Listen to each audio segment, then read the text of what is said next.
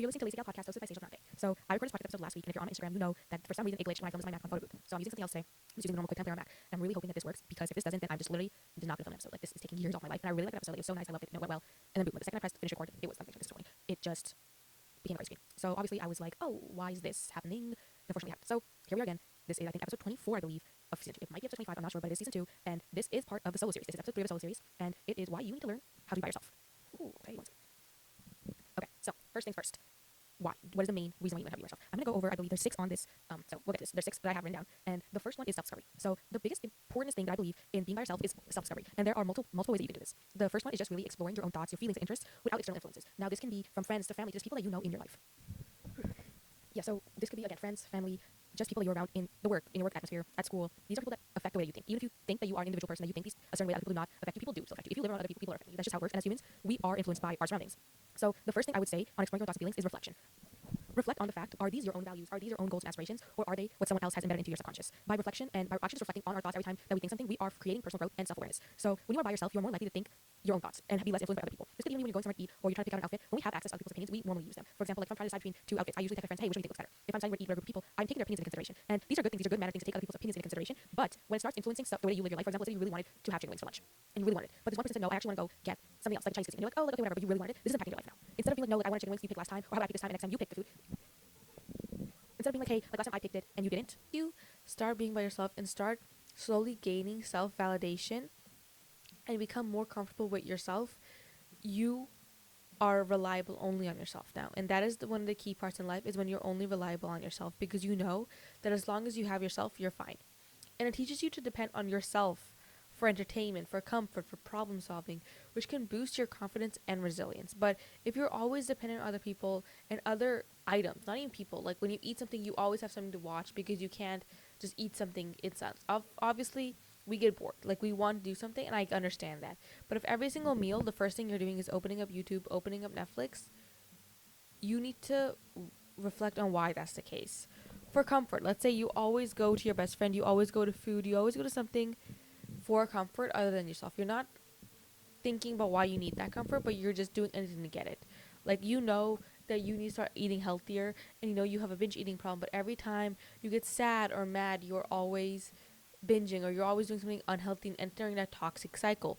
Or let's say every time that you feel sad or down, or you kind of feel that you're not worth anything, you go talk to a toxic ex, you go talk to a toxic ex-best friend, ex-friend, someone that was in your life before that you cut out for a good reason. You go back to them for comfort because that's someone that you associate comfort with. Now, these are all tied to the fact that you don't have comfortability with yourself, and you seek validation from other people, and you seek their validation, and that is what will ruin your self image about yourself, because you believe that you cannot be someone else without being with that person. The third thing is improve relationships. When you understand yourself better, you tend to form healthy relationship with yourself and others, because you understand what you want from this person. You want someone that is kind to you, someone who is caring, who will treat you with the same respect that you treat them.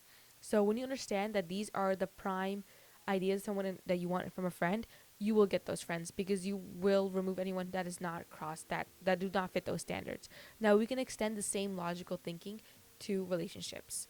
You are looking for someone that is going to do A, B, C, D, and E, whatever. These are your 5 main points. But if you understand why you want these 5 points, you're more likely to wait for someone that has them. Let's say you see online, oh, people just want someone tall.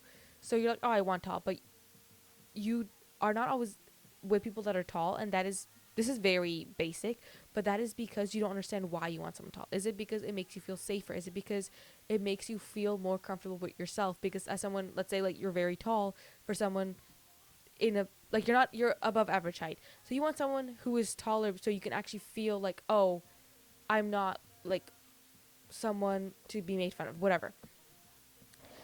This could be, for example, you want someone who is soft-spoken because growing up you're always around people who are loud and angry, and you want someone who will treat you with the respect that you never got when you were younger. That is one scenario. So once you understand why you want these qualities in other people, or why you're seeking these qualities in yourself, for example, I want to be someone who is more soft-spoken, who has more patience, and that is because I tend to get angry fast. and I realize that ruins my relationship with some people, and I want to improve that. And I only understood this by being by myself and realizing how this affects me as well. So, improve relationships is a really big plus from learning to be by yourself, because once you have a good relationship with yourself, it is easier to have better relationships with other people. And being comfortable alone reduces the tendency, again, to seek validation or fulfillment just from others. Of course, it is so normal to want people to want people to think highly about you. That is so normal.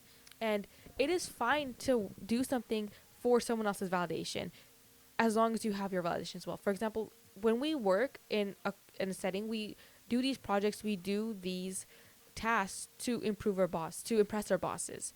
We work hard in school to impress our parents, to impress our teachers. That is fine. But if we do not do it for our own validation, for example, you're not working this job because it makes you feel like you're doing something productive that makes you feel good, then you are doing the wrong thing. If you are studying and you don't feel that satisfaction, oh, I'm studying to become this and this so I can get this and this, you're doing the wrong thing. So once you have that fulfillment from yourself and you understand why you have that fulfillment, you will be fine. But if you don't have fulfillment, that does not mean that something's wrong with you. It just means that you need to change what you're doing. And all this leads to more balanced and authentic connections in general. The next thing is decision making skills. Once you are in solitude, it encourages more independent thinking and decision making. Okay. So this is again touching to what I said before about independent thinking and how solitude makes you feel more. Solitude improves your ability to make ideas and to make decisions in your own time and for yourself. It allows you to weigh options and make choices based on your own judgment rather than being swayed by others, because we often get swayed by others. Even it's so normal to feel some way and then someone says something and you change your mind. That's a good thing that you have the ability to change your mind because you're not always correct. But the only way that you can get to this approach is by being yourself, because you understand that these things are affecting you in a certain way. And when your mind is clear, you're more likely to make better decisions, and you're more likely to have a clear mind when you're alone. Next thing is mindfulness and presence. Being alone provides opportunity to practice mindfulness and be present in the moment. This could be like just meditating. This could be yoga. This could be something that is not very mind um, it's not very taxing on your body or your mind, and you're allowed the space to think for yourself and also just feel relaxed in general. It helps you appreciate the simple pleasures in life and create a deeper sense of gratitude. Gratitude is so important, and when you're alone, you're more likely to realize the things you're grateful for. Again, the self-reflection is the key to everything that we're doing. This could be gratitude, this could be thinking about independent thinking, making your own decisions. All this connects to self-reflection. The last thing that I want to talk about is boundary setting. Why you need to be alone is because you have stronger boundaries once you're alone. It just gives you the time to think about and self-reflect about the importance of setting boundaries and taking care of your own needs. When you're alone, you allow yourself to feel emotions and think things that normally you wouldn't be thinking with other people because you're either so busy or you don't want them to feel a certain way. It helps you recognize when you need the space, and it teaches you to communicate this to others effectively. When we are talking to others and we already know what we want to say, we have a better chance of relaying that point. But if our thoughts are so jumbled and we do not have a clear mind, when we bring that problem, when we bring the issue that we're having, and we're just talking about things, we are very jumbled, and this conversation does not translate correctly to the other person, and they might take it a different way because you are not prepared to talk about it. Think about this episode, for example. I have bullet points, but when I do talk, I do realize, oh, like this point, this part is not connected to this, and I edit it out. But if I had, for example, sometimes where I have the whole script written out, it is easier for me to talk about. And sometimes vice versa, where if I write the whole script out, I'm always looking at whatever device I have with the script, and I'm not really thinking about actually talking about what I want to talk about. So this only came again from self-reflection, where I think about to myself, is this only going to be journaling or speaking? This could just be thinking to yourself in a quiet environment. Oh, like why do I act like this? Why is this better for me? And this can be very surface level. For example, this podcast is very surface level. This has nothing to do with my personality. It's just something that I want to improve on, and I'm reflecting on how I can improve and why it was a certain way. So that is it for the core part of this episode. It is shorter than what I recorded before, but honestly, I just want to move on to a new topic. I do want to start on back to school content because we not finished high school. I do want to make content about that, and I have some ideas I found on Pinterest, and I've just been looking and having like a content bank, but I haven't filmed the same episode, so obviously that was not working. But I did post a reel today on my new backpack. I did buy new stuff. So if you have not noticed, I got the new iPad 2 days ago. So if you are on my Instagram, you know I bought the M4 iPad Pro 13-inch. It was costly, but I did get educational discount, so I saved like around $200. But it was costly, and I did buy Apple Care because this thing is literally thin possible. That's literally what it's called. And I am someone who breaks things. I'm going to be so honest with you. I do not have a good track record. I broke my computer. $600 that cost me. I broke my last phone. Shattered it at least 3 different separate times. I literally have a screen protector which I have already cracked. I drop my phone all the time. I drop my AirPods. I drop my headphones. Honestly, like it is so bad, which is why I'm so careful with this because